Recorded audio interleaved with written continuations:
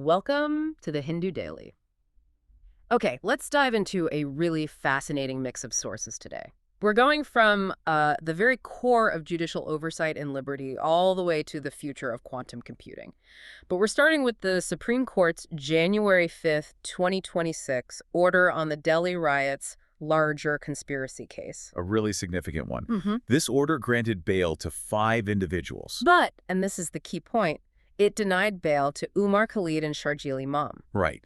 And you have to remember, all of these individuals had been in jail for upwards of 5 years. 5 years without the trial even starting. Exactly. And this really highlights a huge tension, between the constitutional right to a speedy trial, which is under Article 21, and how the state uses these very high-stakes legal tools. Hasn't the Supreme Court said something about this before? About the state's responsibility? It has. The court has stated in the past that if the state can't guarantee a trial in a reasonable time, it really shouldn't be objecting to bail. Yeah. Yet here we are, 5 years was somehow deemed acceptable for these 2 men, while others, charged in the same case, were let go. And the source we're looking at points out that the court's reasoning for telling them apart was, and I'm quoting here, unconvincing.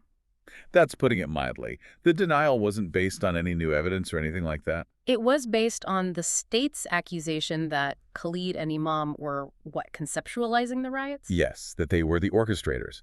And the source makes a really clear argument here.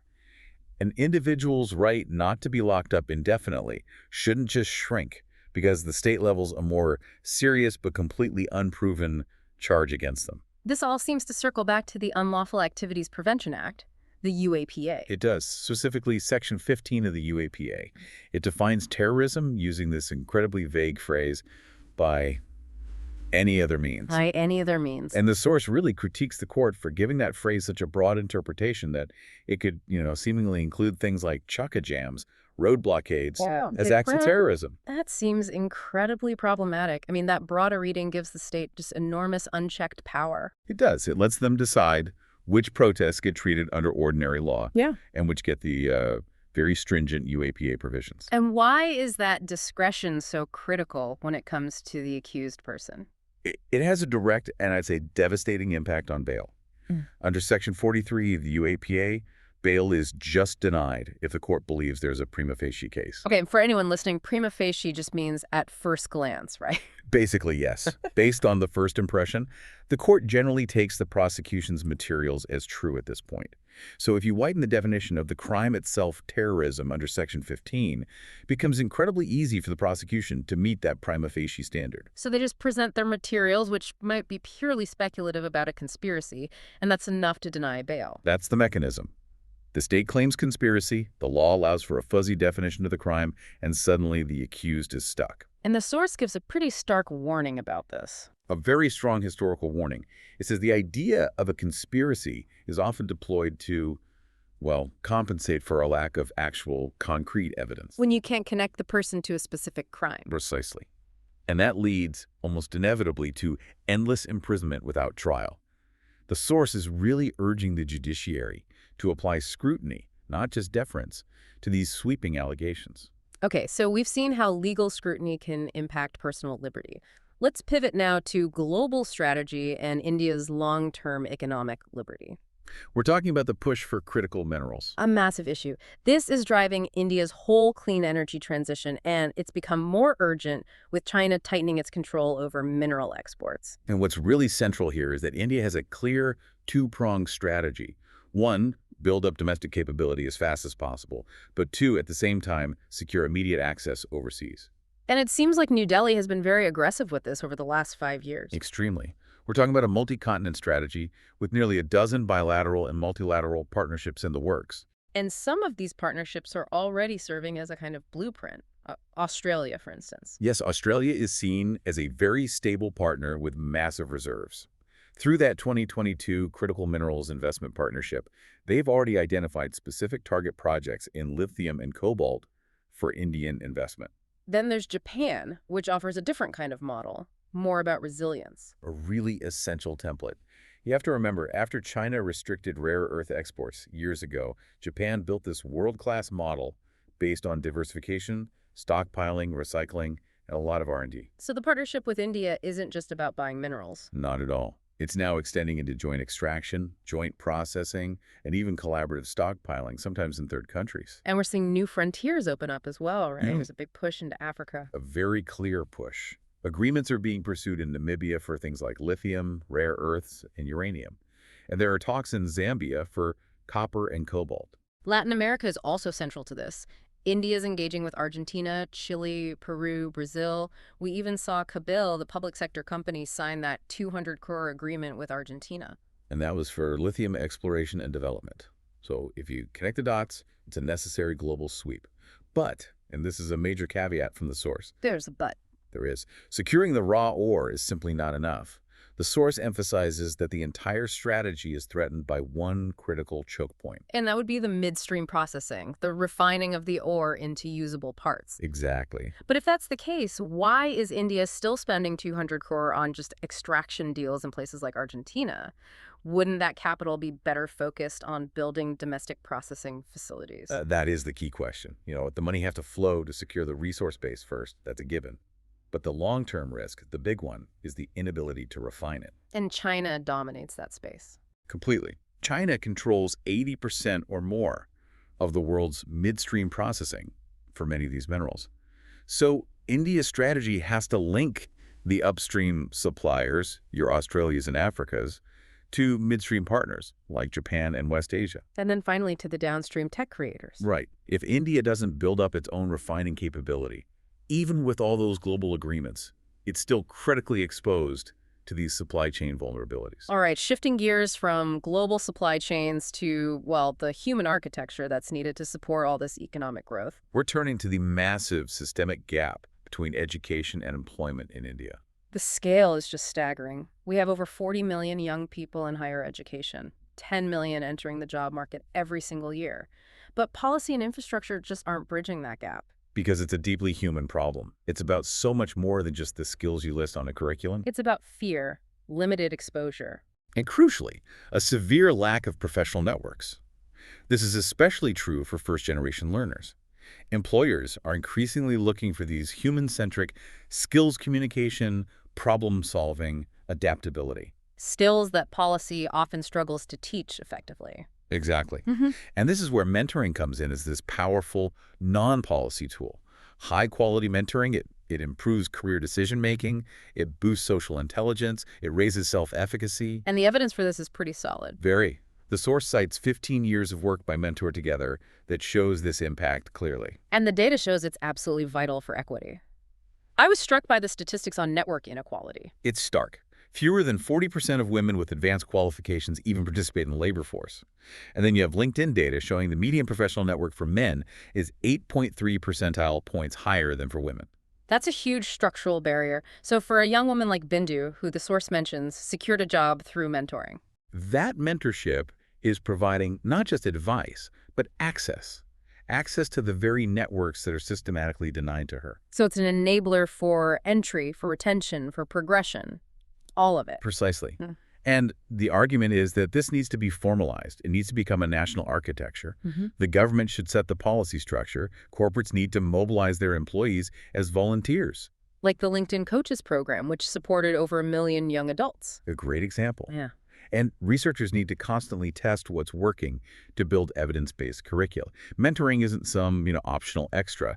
It's an essential component for building truly capable human capital. Now, for an environmental emergency that feels, I don't know, like a political and legal mystery, the disappearing peaks of the Aravallis Range in Rajasthan. The range is the absolute epicenter of the state's illegal mining crisis, and the scale of it is just shocking. How bad is it? It's hugely disproportionate. So the Aravallis districts, which contain about 70% of the entire range, they account for 56% of all illegal mining cases. And nearly 77.5% of all the FIRs, the first information reports. This is despite only contributing about 40% of the state's legal mineral output. So the lawlessness is just heavily concentrated right there. It is. And the Supreme Court has pointed out before that this chaos is partly because there's no consistent definition of what an Aravalli Hill even is across different states. And that allows this illegal activity to just flourish. This is where it gets really controversial, though. Indeed. Historically, agencies like the Forest Survey of India, or FSI, used physical parameters. They focused on, say, a slope greater than 3 degrees to define a hill. Seems reasonable. But the Environment Ministry recently proposed a much, much narrower definition. They suggested only landforms that rise at least 100 meters above the local relief should be classified as Aravalli hills. Wait, hold on. 100 meters? So the government is basically trying to redefine a mountain out of existence? That sounds like a textbook case of regulatory capture. That's exactly the objection being raised by experts, including the FSI itself and the amicus curiae in the case. And what would be the impact of this 100-meter rule? They argue that this narrow definition would just exclude vast stretches of the range. It would compromise the geographical continuity and the ecological integrity of the entire system. So this reclassification is essentially a legal loophole. A loophole that fast-tracks the monetization of destruction. It removes the specific Aravalli protection framework for most of the lower peaks. And beyond the legal mess, we have to remember why the Aravallis matter ecologically. These are ancient peaks. They function as a massive natural barrier, slowing the spread of sand and dust from the Thar Desert. They're vital for groundwater recharge in a very arid region. And they're a critical wildlife corridor, right? Hosting 16 of Rajasthan's 22 wildlife sanctuaries. Exactly. Defending the Aravallis is critical for regional climate stability, not just local geology. It's a huge deal. We jump now into the fascinating high-stakes world of fundamental physics. Okay. Physicists are in this huge race to find what are called topological materials. These could, in theory, revolutionize quantum computing. But this quest for prestige, for publications, has created something the source is calling the smoking gun problem. This sounds like a massive issue of academic integrity and scientific reproducibility. I mean, we've seen those high-profile retractions, like the Ranga Dias room temperature superconductor claim that was discredited. What exactly is this smoking gun problem? The core issue is, well, it's about scale and complexity. At the atomic scale, materials can produce signals that look exactly like the exotic, profound physics that scientists are looking for. So it looks like a major breakthrough. It looks like it. But those signals are actually caused by ordinary, mundane, often tiny effects. Things like local heating or imperfections in the device. It's like the material is playing a clever trick on the researcher. The source outlines a few specific cases of this, right, to show how easily people can be misled. It gives 4 great examples. Take the first one. A strengthening supercurrent. It looked like evidence of something exotic called triplet pairing, because the supercurrent got stronger with a magnetic field. Which is the opposite of what should happen. It shouldn't happen conventionally, no. But after a very detailed review, the cause was just mundane features in the device connections, not exotic physics at all. And this is the same kind of thing that likely doomed the LK99 superconductivity claims. Very likely, yes. The signal was probably just caused by impurities in the material. Okay, what's another example? There was a search for Majorana particles. Now, for the uninitiated, these are particles that are basically their own mirror image. Very exotic. Researchers saw this stable signal, an undulating plateau, that suggested a persistent, strange phenomenon. Right. But then they found they could manually tune the height of the plateau. They realized the signal was just being caused by unintended quantum dots, trapping electrons in the device, not the elusive Majorana particles. So the universe was just trolling them. Then there's the staircase illusion. Right. In the Shapiro pattern experiment, researchers were looking for a sign of the fractional Josephson effect, so they expected to see every other step in this staircase-like pattern disappear. And they did see it disappear. They did. But they eventually realized the missing steps were probably caused by ordinary heating or electrical noise. The source uses a great analogy. It's like confirming a ghost sighting in a hallway, only to realize later that the lights were just dim and casting a weird shadow. And the last one was about fractional charges. Yes. The readings they were getting shifted by 1/3, suggesting particles with fractional charges known as anyons. I mean, that would be a huge finding. But this shift was seen without the strong magnetic field that should be there for such a thing to happen. And the mundane explanation was? Simply nearby trapping regions that were changing the electrical environment of the quantum dot. The environment shifted the reading, not the underlying physics. So the big lesson here isn't that these discoveries are impossible, but that the scientific bar for claiming them has to be impossibly high. Exactly. And the source recommends some best practices to avoid this reproducibility crisis. It's about stringent self-correction and total transparency. What are they? 4 key things. 1, share all the data, not just the exciting graph. 2, actively search for conditions where the exotic effect should disappear. and then confirm that it does. You have to try and disprove your own theory. You do. 3, openly discuss alternative mundane explanations first. And 4, be totally transparent about how much you had to fine-tune the setup, the dial turning, to get that signal you wanted. Okay, moving from the quantum to another crucial constitutional conversation. This one is about a dispute between two major southern states, Kerala and Karnataka. It's over language mandates, and it's been prompted by Kerala's Malayalam language bill of October 2025. What's the main purpose of this bill? It was pretty sweeping. It formally mandates Malayalam as the official language across government, education, and the judiciary. And it makes Malayalam the compulsory first language up to class 10 in all schools. Now, this isn't the first time they've tried this, is it? It's not. This is actually a second attempt. Yeah. A 2015 bill was withheld by the president because it contravened the Official Languages Act and raised some serious issues about linguistic minority rights. The 2025 bill supposedly fixed those defects. But Karnataka swiftly opposed the new bill. They called it unconstitutional. They did. And their concern is focused entirely on that compulsory first language provision. They argue it hurts the rights of Kannada-speaking minorities in border districts like Kasaragod. Right, because those students currently study Kannada as their first language. Exactly. Karnataka even submitted a memorandum asking the governor to reject the bill outright. So what's Kerala's defense? Well, their defense, which came from the law minister and the chief minister, is that the bill does protect these rights through a specific safeguard, Clause 7. And what does Clause 7 do? It's a non-obstant clause, which means it can override other parts of the bill if needed. And it ensures there are special provisions for linguistic minorities. That's Tamil, Tulu, Konkani, and, critically, Kannada speakers. So it allows them to use their mother tongues for government correspondence? Yes, for correspondence with local government offices. Okay, that sounds like a solid mechanism for administrative communication, but does it really resolve the issue of compulsory education? That's the sticking point. Karnataka still wants explicit amendments that would exempt Kannada-speaking areas like Kasaragod entirely from the mandatory first language rule. They argue the right to study in one's mother tongue trumps the state's mandate. So this constitutional disagreement looks set to continue. All right, let's pivot to India's push into two underexplored but really high potential environments, marine and space biotechnology. These are fields that focus on using life from extreme environments, right? The deep oceans and outer space. That's it. So marine biotechnology uses marine life algae, fungi, bacteria to find bioactive compounds, new biomaterials, food ingredients.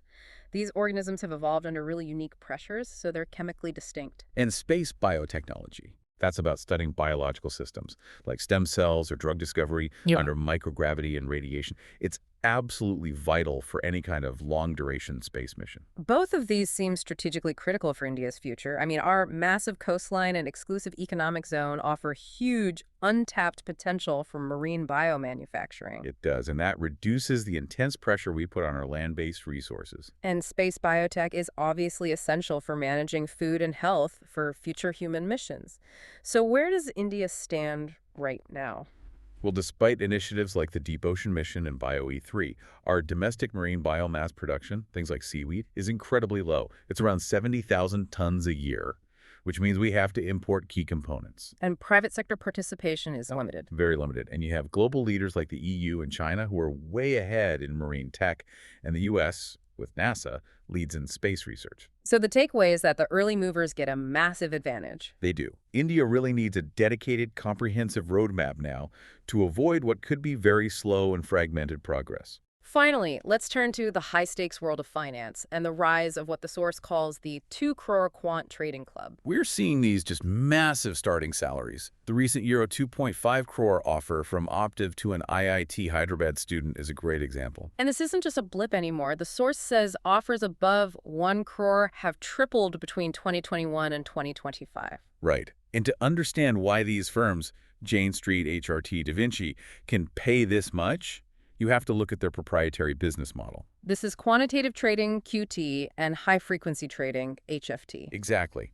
These firms leverage price arbitrage for tiny, tiny profits. Maybe they buy and sell a stock for just a 1 cent per share gain, but they do it millions of times in milliseconds. Can you give me a quick analogy to really grasp that arbitrage model? Sure. Think of it like this. They find two gas stations right next to each other. One sells fuel for $3, the other for $3.01. Right. They buy from the $3 station and sell to the $3.01 station, and they do it millions of times a second before anyone else even notices the price difference. So the value of speed is everything. Everything. A low-latency developer who can reduce the execution time by just a few microseconds can generate millions of dollars in extra profit every month. And these firms are lean, they don't have a lot of overhead. Exactly. So they could distribute that profit liberally. The source notes that up to 40% of that huge compensation package is often a performance-related bonus. That explains the high floor and the incredible ceiling.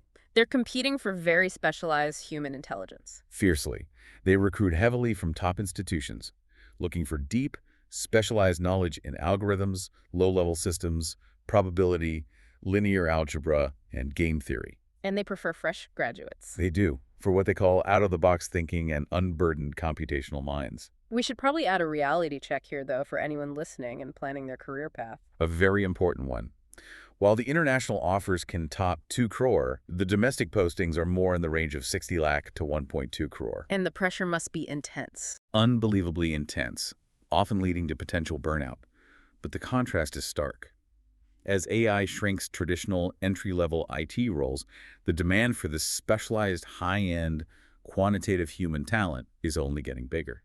So we've looked at this intense high-stakes competition, both in the laboratory, ensuring quantum discoveries are real and not just illusions, and in the financial sector, where microseconds can mean millions. And for the young people facing these complex, high-pressure career paths, we saw that infrastructure and policy, well, they aren't enough. What's needed is that human touch mentoring. So here's a final thought to leave you with.